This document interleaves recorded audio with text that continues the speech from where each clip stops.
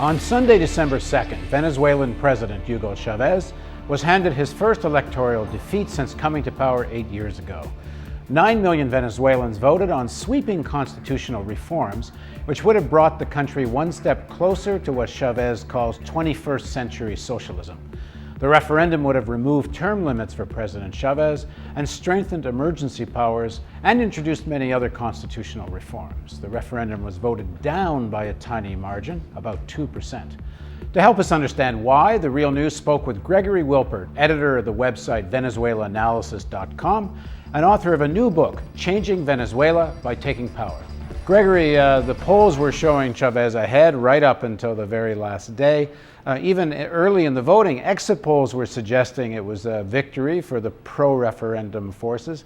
What happened? Well, actually, going into the referendum, I noticed that the polls were very mixed.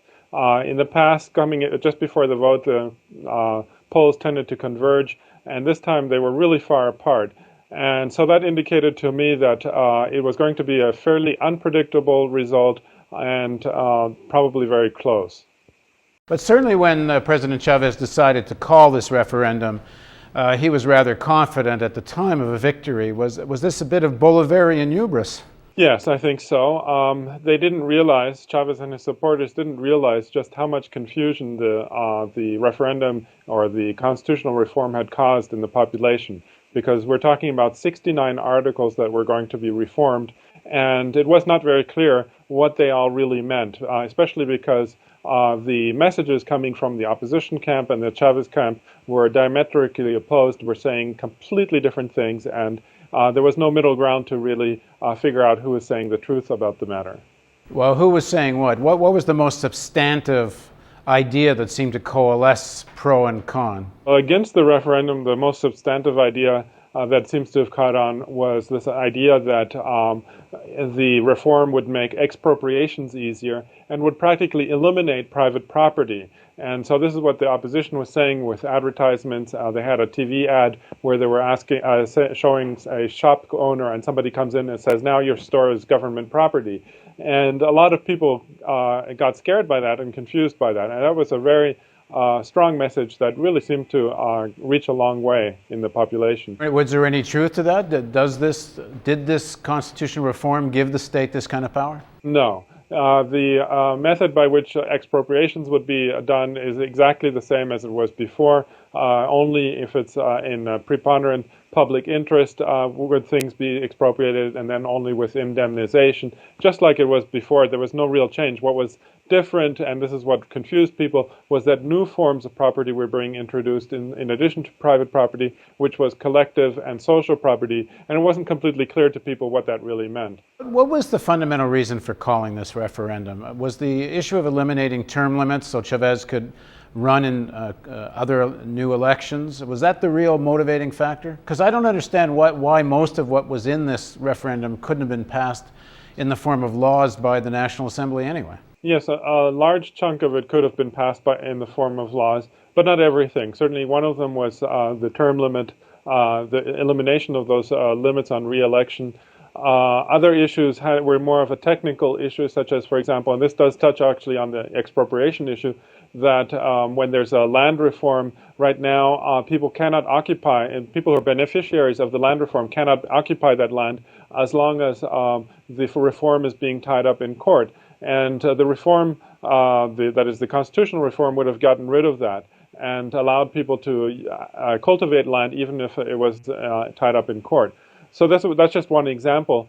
There's a couple others, but they really make only a handful of issues compared to the other issues where actually a constitutional reform was probably not necessary. The way the Western media is covering this is that the essential question facing Venezuelans was, do you want Hugo Chavez to have more power? And do you want a president with more power to be able to run over and over again for president? Was that in fact what it all came down to? And did people then reject the idea that President Chavez should have such power? That's certainly the message that was given by the international media and by the opposition media here in Venezuela. However, if you examine the reform in detail, the vast majority of the proposed changes actually didn't have anything to do with President Chavez's power. They had to do with issues such as deepening participatory democracy in Venezuela by strengthening the communal councils here, giving them a larger role. Another one aspect, a whole slew of reform changes would have affected, including marginalized sectors of the population, such as lesbians and gays, or people, women, for example, also would have benefited.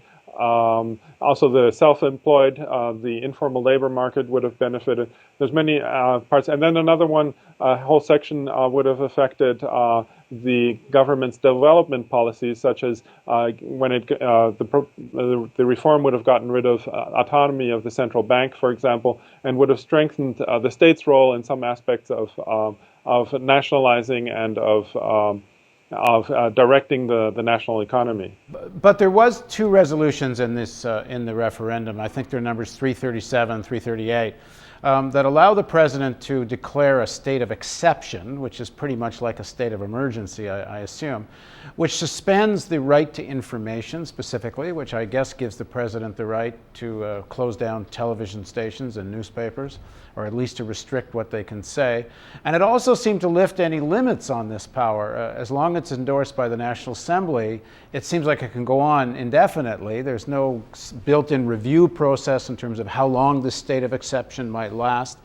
It's also, as far as I understand it, not very defined what might be a state of exception.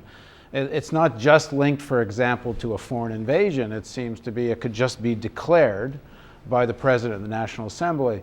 Why was such open-ended legislation necessary? And then two, isn't that part of why people rejected this referendum?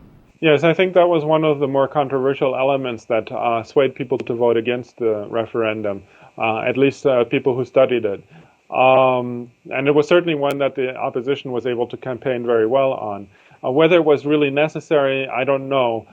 It doesn't seem like it, but people in the government here felt like, well, if they had this type of power during the coup attempt and during the shutdown of the country's oil industry, then they might have been able to prevent the disasters that both of those incidents turned out to be.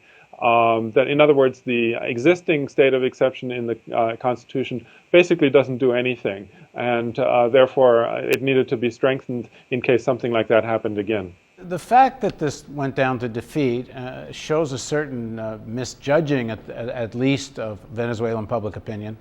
Is there a kind of disconnect between the culture of the presidency and those around him, and at least certain large sections of Venezuelan society? They sure couldn't have expected this as the result. Yes, well, obviously they didn't expect it, given how they were confident they were going into this. But yeah, I think there was a bit of a hubris on the part of Chavez, thinking that, well, if he ties it to his own popularity, it would go through. And I think they also didn't count on how focused the opposition campaign would be and how confusing the entire reform process was actually going to be. So there was a number of miscalculations on the part of Chavez and his supporters.